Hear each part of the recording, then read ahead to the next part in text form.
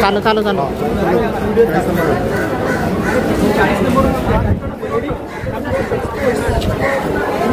नमस्कार, मी यतीन साळवी YRS. आज मी तुम्हाला एक केस घडली आहे की राजावाडीमध्ये त्यांचे बंधुराज होते, त्यांना एक इंजेक्शन देण्यात आलं, त्याच्यानंतर त्यांना अटॅक आला असं राजावाडीचं म्हणणं आहे. तर आता आपण स्वतः जाणून घेऊ की ॲक्च्युली परिस्थिती काय आहे. तर राकेशजी, तुम्ही काय सिच्युएशन होती ते तुम्ही सांगा. माझ्या लहान भावाला विकास पांडुरंग कांबळे त्याचं नाव आहे, वय त्याचं 41 आहे. बॉडी हेल्थ त्याची खूप छान आहे. आज त्याला राजावाडीला आणला 5 वाजता 5च्या दरम्यान आणला. म्हणजे तो स्वतः राजावाडीत आला फॅमिलीसोबत, म्हणजे चालता फिरता माणूस तो राजावाडी हॉस्पिटलला स्वतः आला. सगळ्यात पहिले दुसरा विषय, त्याला बीपीचा त्रास होता. बीपीचा त्रास असल्यामुळे त्याला बीपीची ट्रीटमेंट न करता त्याला जे इंजेक्शन देण्यात आलं ते आत्ता आम्हाला बाहेरून माहीत पडलं की ते हार्ट अटॅक ज्याला येतो त्याला ते इंजेक्शन देतात आणि त्याला चुकीचं इंजेक्शन डॉक्टरांनी दिलेलं आहे. ते इंजेक्शन दिल्यानंतर तो म्हणजे पहिले एक इंजेक्शन दिलं ते अटॅकचं बीपीचं सांगून, त्या दुसरं एक इंजेक्शन दिलं ॲसिडिटी गॅस आहे त्याचं दिलं आणि काही मेडिसिन दिल्या. ते मेडिसिन दिल्यानंतर ICU राजावाडी 40 नंबरच्या बाजूला ICU आहे ग्राउंड फ्लोअरला. तिकडून लगेच डॉक्टरला बोलवण्यात आलं कारण की तो थंडा पडला. काहीच मिनिटात तिकडे तो थंडा पडला. थंडा पडल्यानंतर ICUच्या डॉक्टरनी त्याला ICUमध्ये नेला आणि डायरेक्ट व्हेंटिलेटरवर ठेवला. त्याच्या तोंडात पाईप टाकण्यात आले, इथं सगळ्या मशीन वगैरे लावण्यात आली. म्हणजे ही घटना झाली सकाळी 5ला आणि 5:20ला. म्हणजे हे सगळं अर्ध्या तासात. माणूस लल्लूभाई कंपाऊंड मानपूरवरून इथं येतो, म्हणजे 7-8 किलोमीटरचा प्रवास करून स्वतः येतो, इथं भेटतो, डॉक्टरला सांगतो मला ॲसिडिटी झाली आहे. डॉक्टर त्याला अटॅकचं इंजेक्शन देतो जे आम्हाला बाहेरून माहीत पडलेलं आहे. हेच केलं डॉक्टरी चुकीचं काम की बीपी लो आहे म्हणून लोचं इंजेक्शन दिलं.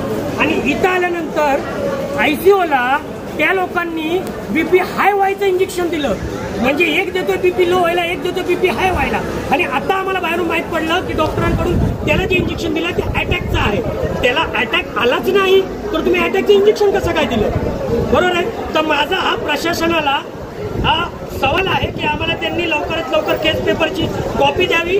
आता आम्ही सगळे लोक टिळकनगर पोलीस स्टेशनला जात आहे, सन्मान्य सिनियर साहेब यांना भेटत आहे, त्यांना अर्ज देत आहे. डॉक्टरवर FIR झाला पाहिजे. ही केस नॉर्मल केस नाहीये, ही मर्डर केस आहे. या डॉक्टरनी माझ्या भावाची मर्डर केली, जो घरातून चालत आला आहे आणि तुम्ही डायरेक्ट त्याला 1-2 इंजेक्शन मध्ये त्याला व्हेंटिलेटर सोडला. 8:50ला तुम्ही सांगताय तो मृत आहे, त्याला मृत घोषित केला. जिवंत माणसाला डॉक्टरने मारलाय. जोपर्यंत डॉक्टर मर्डर केस दाखल होत नाही तोपर्यंत आम्ही राजवाडी हॉस्पिटल आणि टिळकनगर पोलीस स्टेशन सोडणार नाही. ही आमची सगळ्यांना नम्र विनंती आहे. ECG पण त्याचा नॉर्मल आलेला आहे. ECG काढला, ECG पण नॉर्मल आलेला आहे. म्हणजे सगळ्या गोष्टीचा नॉर्मल आहे. तर हा मेला कसा? मेला नाही, याला मारला गेलेला आहे. ही मर्डर केस आहे. टिळकनगर पोलीस स्टेशन या व्यक्तीला न्याय मिळणार आहे का बघूया. जर खरंच हे घडलं असेल तर न्याय मिळाला पाहिजे. आता आम्ही टिळकनगर पोलीस स्टेशनला चाललो आहे FIR करायला.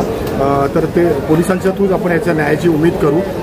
मी थेट कमिशनर साहेबांना आणि थेट BMC कमिशनर आणि पोलीस कमिशनरला आवाहन करतो की या केसमध्ये लक्ष द्यावं, खरी परिस्थिती जाणून घ्यावी. कारण जे नातेवाईक आहेत त्यांचं म्हणणं खरं आहे की त्यांची परिस्थिती तशी दुविधा विस्तृत आहे, पण जो सत्याचा आवाज आहे तो आला पाहिजे. राजावाडी हॉस्पिटल असो नाही तर प्रायव्हेट हॉस्पिटल, सगळ्यांना समान न्याय आहे. माझं एवढंच म्हणणं आहे की खरी गोष्ट बाहेर आली पाहिजे आणि पोलिसांनी आम्हाला जर खरंच असं घडलंय तर न्याय झाला पाहिजे. कारण आज एक जीव गेलाय तो उद्या किती पण जीव जाऊ शकतात. प्लीज रिक्वेस्ट आहे माझ्या सगळ्या प्रशासनाला की लवकरात लवकर जागृत व्हा आणि या गोष्टीमध्ये आम्हाला न्याय मिळून द्या. धन्यवाद. हेच आहे ना. ओके. नमस्कार, यतीन साळवी.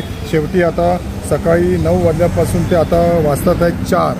एवढा वेळ केल्यानंतर पोलीस स्टेशन, नातेवाईक आणि राजावाडी हॉस्पिटल यांचं संगमत झालेलं आहे आणि पोस्टमॉर्टमला बॉडी घेतली आहे. त्यांनी आमची डिमांड ॲक्सेप्ट केलेली आहे. फोटोग्राफी आत्मे करून ते आम्हाला देणार आहेत आणि कायद्यानुसार आम्ही ती घेणार आहे. आणि त्याच्यानंतर मला एवढंच म्हणणं आहे की राजावाडी हॉस्पिटलला आणि त्यांच्या डीन या सगळ्यांना की काही करा, पण असं शिकाऊ डॉक्टर करून तुम्ही जर तुम्हाला त्यांना व्यवस्थित हँडल करता येत नसेल केस, आणि खरंच ह्याच्यामध्ये सत्यता आठवली की त्यांच्या निष्काळजीपणामुळे झालं आहे, तर हे खूप मोठं प्रकरण वाढू शकतं. त्यामुळे राजेवाडी हॉस्पिटलने प्रत्येक वेळी ह्याची काळजी घेतली पाहिजे. कुठलाही पेशंट आल्यावर त्याला विशेष ट्रीटमेंट दिली पाहिजे.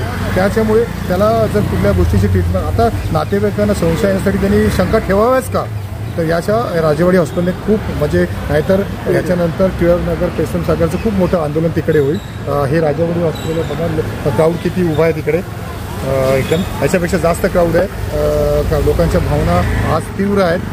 त्यामुळे कृपा करून राजेवाडी हॉस्पिटलने याचा विचार करावा. याच्या पुढे कुठलीही केसेस आली तर यावेळी आम्ही सगळं व्यवस्थित करून घेतलेलं आहे. तसं प्रत्येक वेळी आम्ही असो या नसो या केसेस यतीन साळी तुम्हाला सांगत आहे, वायरस तुम्हाला सांगत आहे राजेवाडी हॉस्पिटलला की यावेळी तुम्ही या सगळ्या केसेस व्यवस्थितपणे हँडल केलेल्या पाहिजे. कारण इमर्जन्सी केसेस हँडल करण्यासाठी लोक राजेवाडीमध्ये येतात. का पैसेवालेच जगू शकतात, विदाऊट पैसे जगू शकत नाही. तर त्यासाठी माझं विशेष करून डॉक्टरांना पण, त्या शिकाऊ डॉक्टरांना पण म्हणणं की आपले म्हणून त्यांना ट्रीट करा, आपली माणसं समजत करा. धन्यवाद. बंद करतो.